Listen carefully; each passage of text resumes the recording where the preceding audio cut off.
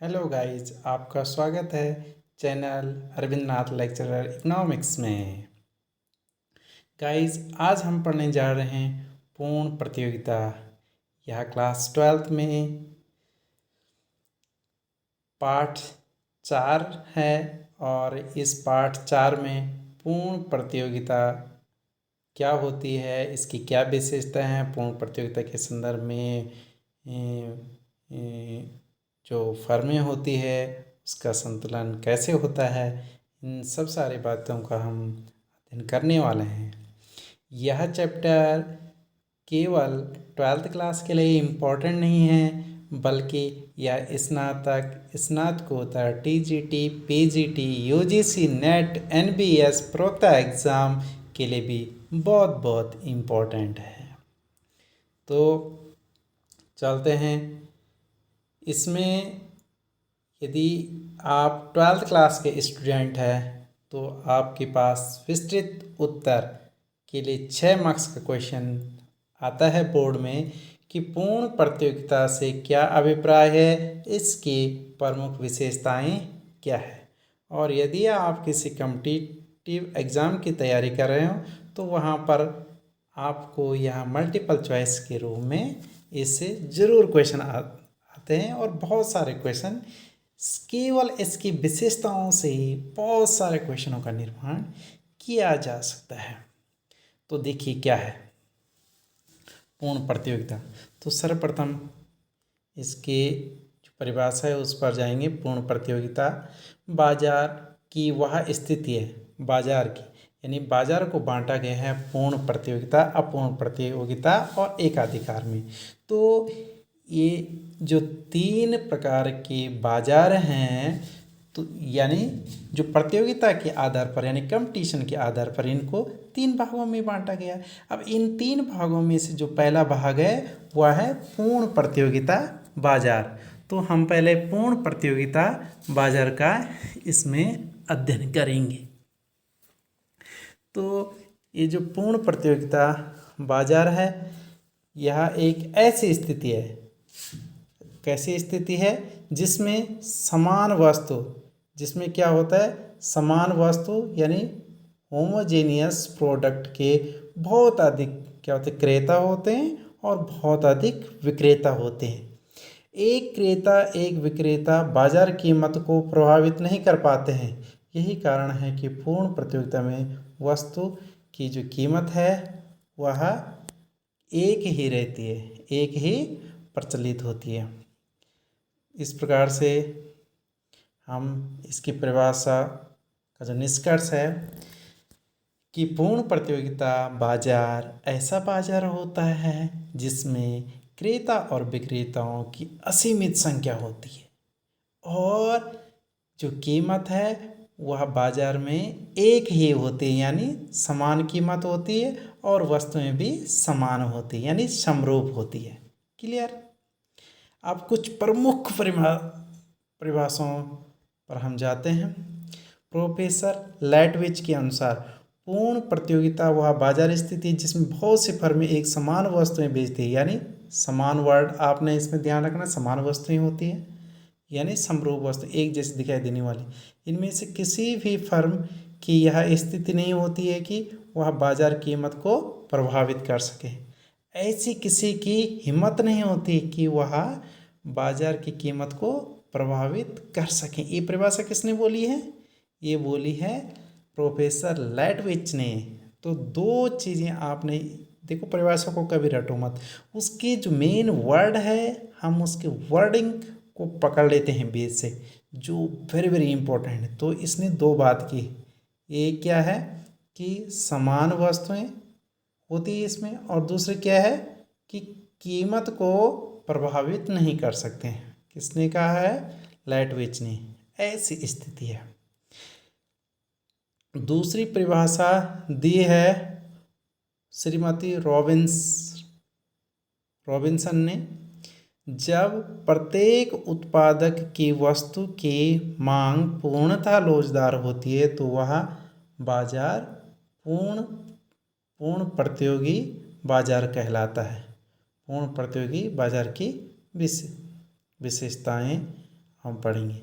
यानी इन्होंने क्या बोला है, श्रीमती रॉबिन्सन ने कहा है कि जब क्या होती है किसी फर्म, जो फर्म होती है, यदि उसका मांग वक्र कैसा होता है, पूर्णतः लोचदार होता है, ये ऐसा वाला फर्म क्या होता है, ये ओ एक्स अक्ष के प्रति क्या होता है, ये लोचदार होता है, ये मांग वक्र है, मांग वक्र।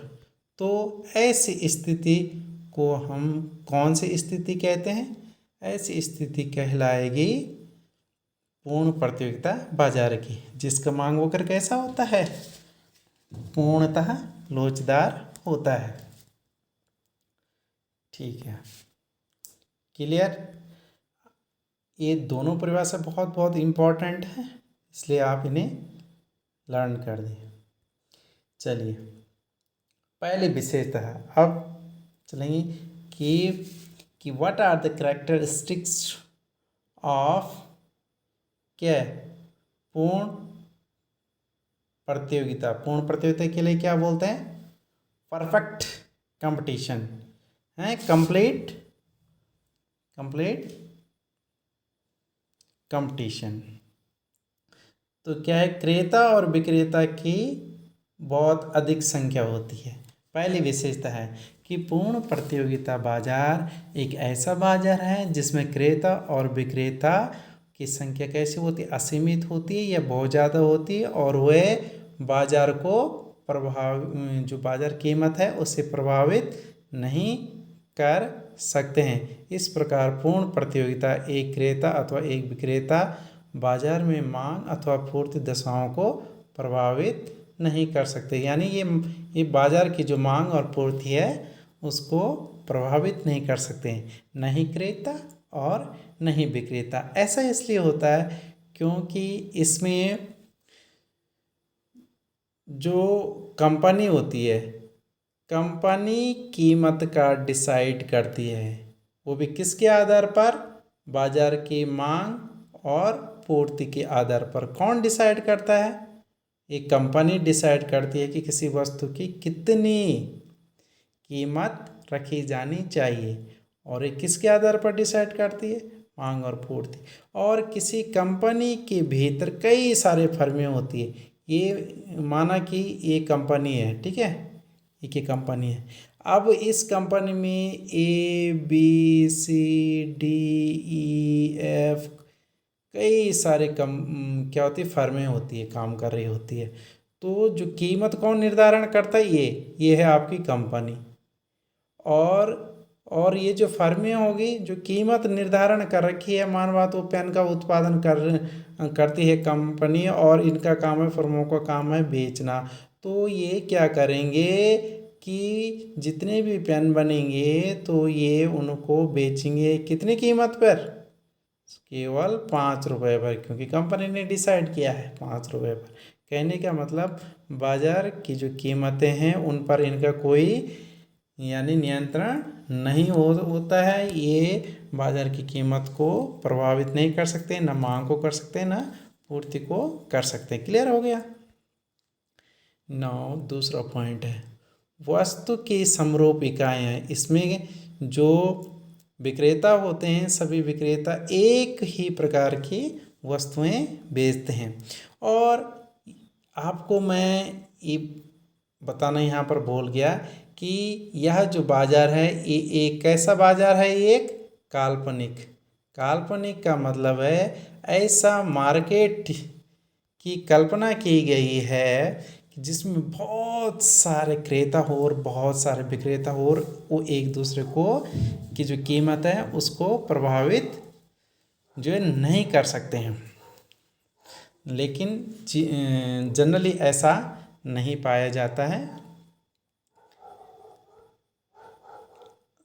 तो हो गई समरूप वस्तुएं। अब तीसरी कि फर्मों के प्रवेश और निष्कासन की स्वतंत्रता। जैसे कि मैंने आपको अभी बताया कि एक कंपनी है, कंपनी में कई सारे ABCDE कई प्रकार के फर्में हैं।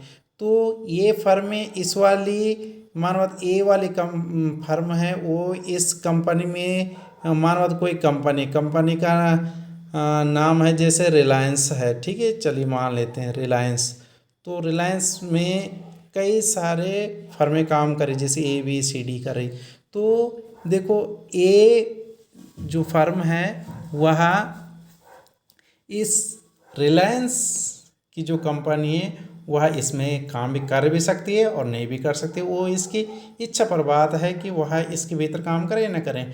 वैसे बी फर्म भी स्वतंत्र है कि वह इस कंपनी के अंडरटेकिंग में काम करें या नहीं करें। कहने का मतलब ये है कि इसमें फर्में क्या होती है कि फर्में जो है वह कंपनी में या उद्योग में, इसके लिए बोलते हैं उद्योग, यानी फर्म उद्योग बड़ा होता है और फर्में ये है पूरा उद्योग, और ये फर्में ये कई सारे फर्में इसमें हो सकती है एक उद्योग में। तो कहने का मतलब ये है कि जितनी फर्में होती है तो फर्में को स्वतंत्रता होती है कि वह उद्योग में रह सकती है और उद्योग में काम करने से बाहर जा सकती है। चौथी विशेषता है बाजार दशाओं का ज्ञान। यह जो पूर्ण प्रतियोगिता बाजार है इसमें क्रेता और विक्रेता को बाजार की दशाओं का ज्ञान होता है। इस प्रकार कोई भी क्रेता वस्तु की प्रचलित कीमत से अधिक कीमत देकर के वस्तु नहीं खरीदेगा, यानी जो कि क्रेता है वह क्या करेगा, अधिक कीमत नहीं देगा, और जो विक्रेता है वो भी अधिक कीमत नहीं लेगा। यानी क्योंकि उनको पता है, जो विक्रेता है विक्रेताओं को पता है कि भाई इसकी कीमत तो जो सभी जानते हैं, तो इसलिए वो क्या करेंगे, वो फिक्स ही जो कीमत होगी उसे ही वसूल करेंगे, उससे ज़्यादा की कीमतों को वो वसूल नहीं करेंगे। ठीक है, क्लियर हो गया ये। अब है नेक्स्ट है कि बाजार दशाओं का पूर्ण ज्ञान, ये तो हो गया है। पांचवा है साधनों की पूर्ण गतिशीलता। कि पूर्ण प्रतियोगिता में उत्पत्ति के साधन बिना किसी व्यवधान के एक उद्योग से दूसरे उद्योग में अथवा एक फर्म से दूसरी फर्म में स्थानांतरित किए जा सकते हैं। कहने का मतलब है ये है, जैसे ए फर्म है, ए है बी फर्म, तो यदि कोई साधन के यहाँ पर सही ढंग से काम नहीं कर रहा तो हम इसको यहाँ लगा सकते हैं, या कोई उद्योग भी है तो उद्योग में यदि ए उद्योग सही ढंग से नहीं चल रहा तो हम उन साधनों को बी में लगा सकते हैं, या बी सही नहीं कर रहा है तो उनको ए में हम क्या कर सकते हैं, उन्हें कन्वर्ट कर सकते हैं। इसकी विशेषता है। नेक्स्ट है कोई यातायात लागतें नहीं। पूर्ण प्रतियोगिता में जो क्या होती परिवहन लागतें बोलिए चाहे यातायात लागतें बोलिए, ये शून्य होती है, यानी कुछ भी नहीं होती। ऐसा क्यों होता है? क्योंकि जो फर्में होती है, फर्में क्या करती है कि वो उद्योग के द्वारा जितनी कीमत का निर्धारण किया हुआ रहता है उद्योगों के द्वारा, तो उसी कीमत पर वो क्या करती है, यानी उसी रेट पर वह अपने सामान को बेचती है। कहने का मतलब ये है कि इसको परिवहन लागतें इसकी शून्य होती है। क्लियर? नाउ नेक्स्ट सातवां है विज्ञापन लागतें नहीं। पूर्ण प्रतियोगिता बाजार में विज्ञापन लागतें का वहन जो है फर्मों को नहीं करना होता है। ऐसा सेम वही बात आ गई, क्योंकि विज्ञापन यानी एडवर्टाइज जो होता है तो वो कौन करता है? उद्योग करता है। एक उद्योग के भीतर कई जो फर्में काम करती है, तो एडवर्टाइज जो करेगा वो कौन करेगा? उद्योग करेगा। यानी फर्में जो होती है पूर्ण प्रतियोगिता बाजार में जितनी भी फर्में होती है उनको किसी भी प्रकार का विज्ञापन की जो लागतों का वहन नहीं करना पड़ता है। नेक्स्ट है समान कीमत। ये तो मैंने पहले आपको बता दिया कि पूर्ण प्रतियोगिता बाजार में समान कीमत पर वस्तुएं बेची जाती है। 9th पॉइंट है फर्में में केवल सामान्य लाभ की स्थिति बनी रहती, यानी यहाँ पर कोई न तो क्या कहते हैं असीमित जो लाभ कमा सकता है और न ही हानि कमा सकता है। कहने का मतलब सामान्य लाभ। सामान्य लाभ का मतलब है, कभी कभी क्वेश्चन भी आ जाता है कि सामान्य लाभ से आप क्या समझते हैं। तो सामान्य लाभ का मतलब है कि न ही लाभ और न ही हानि। नेक्स्ट है, इसमें फर्मों का मांग वक्र पूर्णतः लोचदार होता है। अभी मैंने आपको बताया कि इसमें AR=MR होता है और यही क्या होती है, जितनी कीमत होती है, कीमत और ये तीनों एक ही होती है। और इसका मांग वक्र कैसा है, ये OX के समांतर है। तो OX के समांतर के लिए क्या बोलते हैं हम इसे, पूर्णतः लोचदार मांग वक्र। नाउ नेक्स्ट है, कीमत का निर्धारण कंपनी द्वारा मांग और पूर्ति के आधार पर किया जाता है। ठीक है, ये तो मैंने आपको पहले ही ऑलरेडी बता दिया है। नेक्स्ट है, क्रेता और विक्रेता कीमत स्वीकारक होते हैं, मूल्य निर्धारक नहीं है। इसमें क्या होता है कि जो कीमत निर्धारक होता है वह होता है उद्योग, और जो फर्में होती है, फर्में क्या होती है, कीमत स्वीकारक होती है। यानी क्रेता और विक्रेता कीमत को स्वीकार करते हैं जो उद्योग ने निर्धारित की है। ये स्वयं कुछ भी निर्धारित नहीं कर सकते। 13 पॉइंट है, गैर कीमत प्रतियोगिता नहीं पाई जाती है। यानी यहाँ प्राइस की कोई भी किसी भी प्रकार की कंपटीशन नहीं कि अरे उसका प्राइस कम है मैं ज़्यादा लूँ, या मैं ज़्यादा ले रहा तो वो कम ले रहा। इस प्रकार का इसमें कोई सिस्टम नहीं, इसमें समान कीमतें होती है। तो गाइस इस क्वेश्चन में मैंने आपको 13 विशेषताएं बताई है। जबकि यदि आप बुक की बात करेंगे तो अधिकांश बुक में आपको 5-6 ही विशेषता मिलेगी, लेकिन मैंने आपके लिए ये 13 विशेषताएं अपना बनाई हैं। ठीक है, तो अब क्या होता है कि क्वेश्चन में यदि आप किसी भी प्रकार का क्या करें, कॉम्पिटिटिव एग्ज़ाम दे रहे हैं, जैसा कि प्रवक्ता दे रहे हैं, NBS का दे रहे हैं, UGC नेट के दे रहे हैं, तो वहाँ पर ये कोई सी भी 4 विशेषता, 3 या 4 विशेषताओं को दे दिया जाएगा और आपके लिए बोला जाएगा कि कौन सी विशेषताएं सत्य नहीं है या कौन सी विशेषता सत्य है। और यदि आपने इन विशेषताओं को सही ढंग से नहीं समझा तो फिर आपका आंसर गलत होने की संभावना है। तो आप इसकी स्क्रीनशॉट ले सकते हैं, इसकी फर्स्ट पेज की, और इस सेकंड पेज की भी ले सकते हैं। अब आते हैं पेज नंबर 3 पे। अब हम नेक्स्ट क्वेश्चन को पढ़ने जा रहे हैं।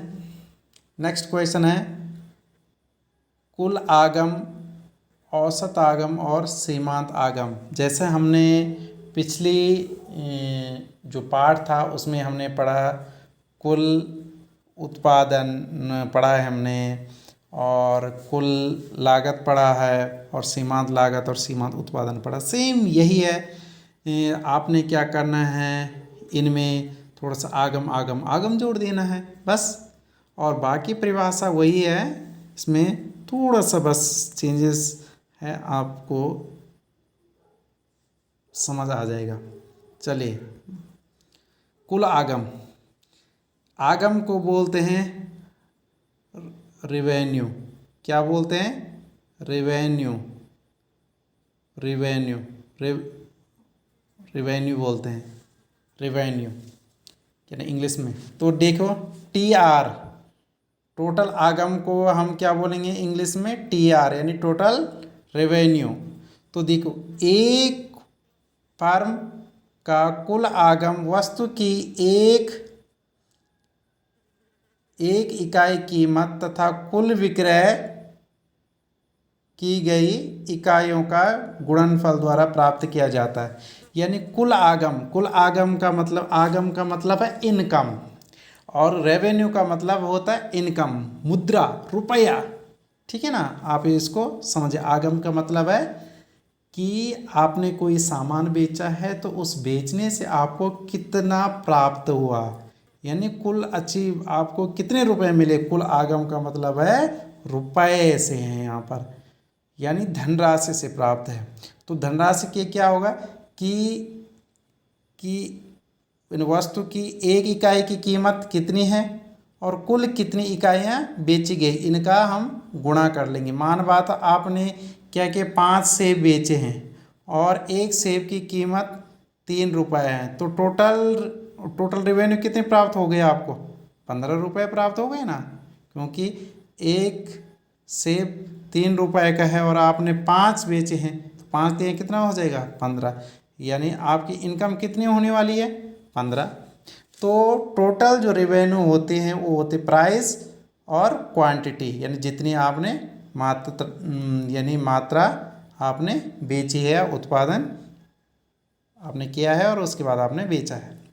नेक्स्ट है औसत आगम। सीधी सीधी बात है कि जितना आपने कुल आपने इनकम कमाई है और उसमें यदि हम क्या करेंगे कि बिक्री की गई इकाइयों से क्या दे देंगे? भाग दे देंगे, तो हमें क्या प्राप्त हो जाएगा? औसत आगम हमें प्राप्त हो जाएगा।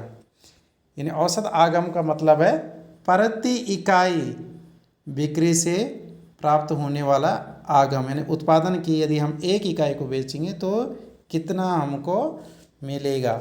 जैसे कि यदि 5 इकाई को हम 5 सेब को हम बेचते हैं और उससे हमको मिलता है 20 रुपये टोटल 5 सेब को, तो औसतन का मतलब है एक सेब को बेचने से आपको कितना मिला, तो क्या कर देंगे? कुल कितना मिला है आपको? 20, और आपने बेची कुल कितनी इकाइयाँ? 5, तो 20/5 कर देंगे, 5 का भाग दे देंगे 20 में, तो कितना हो जाएगा? 4।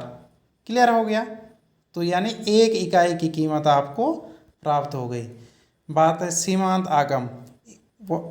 एक वस्तु की अतिरिक्त इकाई को बेचने से कुल आगम में जो वृद्धि होती है उसे सीमांत आगम कहते हैं। इसका सूत्र है marginal revenue is equal to delta TR, यानी टोटल रेवेन्यू में जितना परिवर्तन हुआ और डेल्टा Q मतलब वस्तु की मात्रा में जितना परिवर्तन हुआ, तो इसे हम कहेंगे सीमांत आगम। तो आप इस पेज की भी आप स्क्रीनशॉट ले सकते हैं।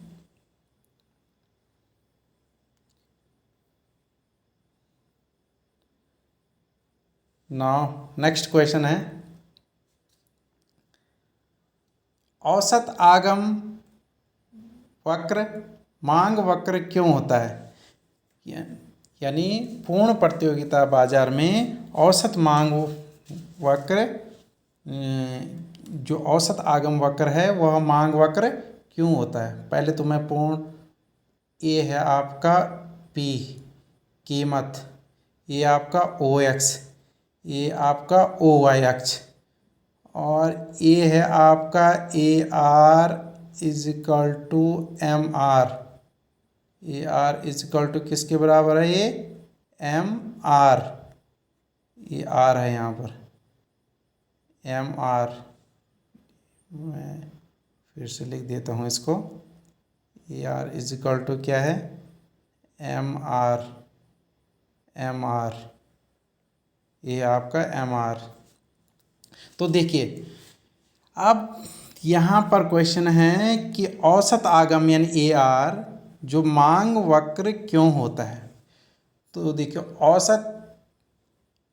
औसत आगम से अभिप्राय वस्तु की बिक्री से विक्रेता को प्राप्त प्रति इकाई आय से। जैसा कि मैंने आपको अभी बताया परिभाषा में कि औसत आगम का मतलब है कि एक इकाई को बेचने से उसे कितने रुपए मिलते हैं, कितनी आय प्राप्त होती है। दूसरी ओर कीमत से आशय है, दूसरी ओर क्या है? कीमत से क्या आशय है? कीमत से आशय है कि क्रेता द्वारा वस्तु के खरीदने पर किया गया प्रति इकाई भुगतान है। यानी किसी जो क्या है किसी वस्तु को खरीदने वाला क्रेता है उसने कितने का भुगतान किया है तो वो क्या कहलाएगी उसकी कीमत। चूंकि विक्रेता को वही प्राप्त होता है जो क्रेता भुगतान करता है। भाई जो बेचने वाले को क्या प्राप्त होगा, जो क्रेता क्या करेगा, जो क्रेता क्या करेगा खर्च करेगा वही तो उन्हें विक्रेता को मिलेगा। अतः प्रति इकाई आगम और प्रति इकाई कीमत, यानी जो आगम है वो क्या है कीमत के बराबर होती है।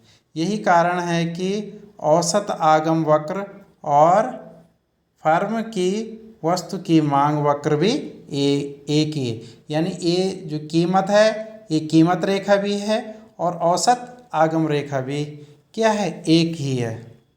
क्लियर हो गया। और उपर्युक्त विवेचन से स्पष्ट है कि औसत आगम क्या है और कीमत क्या होती है एक ही होती है। ये आपकी कीमत रेखा है और इसी को ही AR रेखा भी कहते हैं। औसत आगम रेखा ही मांग रेखा होती है। तो यही ही इसमें क्या है मांग रेखा है। मांग रेखा कोई दूसरी नहीं इसमें, जो क्या है OX के यहाँ समांतर है। क्लियर। तो आप इसको मैं ये चित्र बना लेता हूँ और अब आप इसकी स्क्रीनशॉट ले सकते हैं। आप क्या कर सकते हैं इसकी स्क्रीनशॉट ले सकते हैं। ये है AR, ये है P, ये है Y अक्ष, ये OX। बस अब आप इसकी स्क्रीनशॉट ले सकते हैं। तो गाइस आज की वीडियो आपको कैसी लगी। आशा है कि आपको आज की वीडियो भी पसंद आई होगी और आपसे आशा करता हूँ कि आप मेरे चैनल की लिंक को अपने दोस्तों को भी शेयर करना और साथ ही मेरे वीडियो को शुरू से लेकर के लास्ट तक ज़रूर देखते रहें। Thank you guys.